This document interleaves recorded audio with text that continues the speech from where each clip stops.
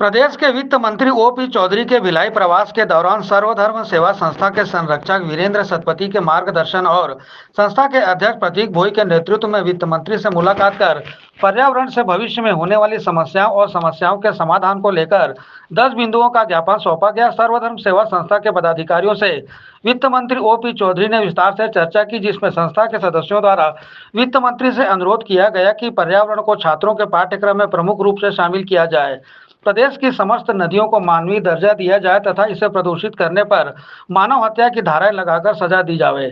संस्था सदस्यों ने वित्त मंत्री को बताया कि संयुक्त राष्ट्र संघ से सम्मानित जीरो सर्कल कंपनी द्वारा काई से प्लास्टिक बनाने की विधि का अध्ययन कर अनुसरण किया जाए। प्रदेश में ज्यादा से ज्यादा मीलवर्म और वैक्समम के कीड़े पाले जाए, क्योंकि इन कीड़ों की लार में डिमित्रा सेरिस एंजाइम होने की वजह से आसानी से प्लास्टिक को तेजी से खा और पचा सकते हैं। संस्था सदस्यों ने कहा कि जल, थल और नभ को जिस प्रकार से प्रदूषित किया जा रहा है, जिसका परिणाम हर साल बढ़ता तापमान, तेजी से गिरता भूजल स्तर, नई नई बीमारियां, घटती आयु है।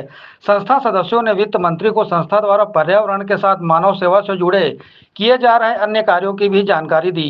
संस्था सदस्यों से चर्चा उपरांत वित्त मंत्री ने संस्था के प्रतिनिधि मंडल को विधानसभा सत्र के बाद रायपुर अपने कार्यालय आमंत्रित किया है। प्रदेश के पर्यावरण मंत्री वित्त मंत्री श्री ओपी चौधरी जी को एक निवेदन पत्र आज हमने यहाँ कल्याण कॉलेज परिसर में हमने सौंपा। इस निवेदन पत्र में हम लोगों ने समस्या समाधान के 10 बिंदुओं पर निवेदन किया गया है। पर्यावरण की पढ़ाई को KG1 से नर्सरी से प्रारंभ किया जाए और उसके रिजल्ट जो है मेरिट बेस पर उस पर आधारित हों। दूसरा है कि प्रदेश की सभी, चूँकि हम नदियों को माता का दर्जा देते हैं, सभी नदियों को मानवीय दर्जा दिया जाए और जैसे एक आदमी की हत्या करने पर जो धाराएं, जो सजा होती है, उस तरह नदियों को गंदा करने पर वो धाराएं, वो सजा का प्रावधान हो। तीसरा है, अभी संयुक्त राष्ट्र संघ में एक कंपनी है, उस कंपनी को उन्होंने सम्मानित किया था, उसका नाम है जीरो सर्किल। इस कंपनी ने हाल ही में काई से कई प्रकार के प्लास्टिक के सामान बनाए हैं।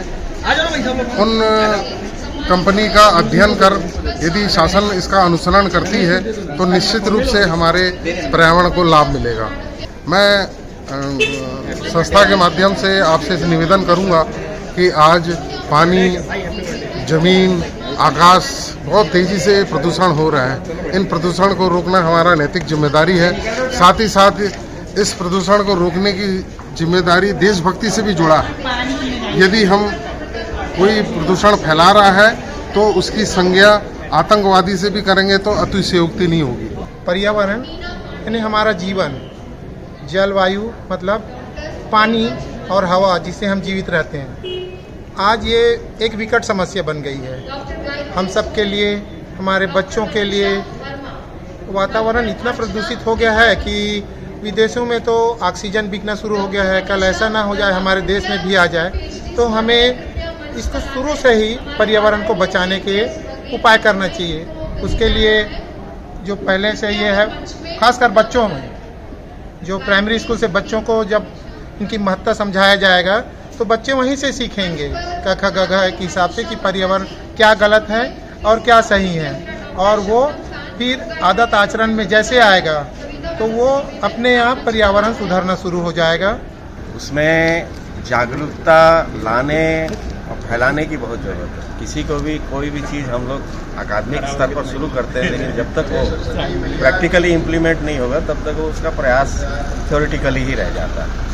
तो हमें हर चीज़ को पहले थ्योरेटिकली समझाना है, उसको इम्प्लीमेंट करना है, उसको करना है, अपने जीवन में लाना है। प्लास्टिक के झोले को अवॉइड करना है, कपड़े के झोले यूज़ करना है, खुद यूज़ करना है। जब आप यूज़ करोगे, दूसरों को दे सकोगे, तो ये हमारा ही अपना ही है। हमको खुद पे लागू करना है तो हम दूसरे को बोलने की योग्यता रखते हैं।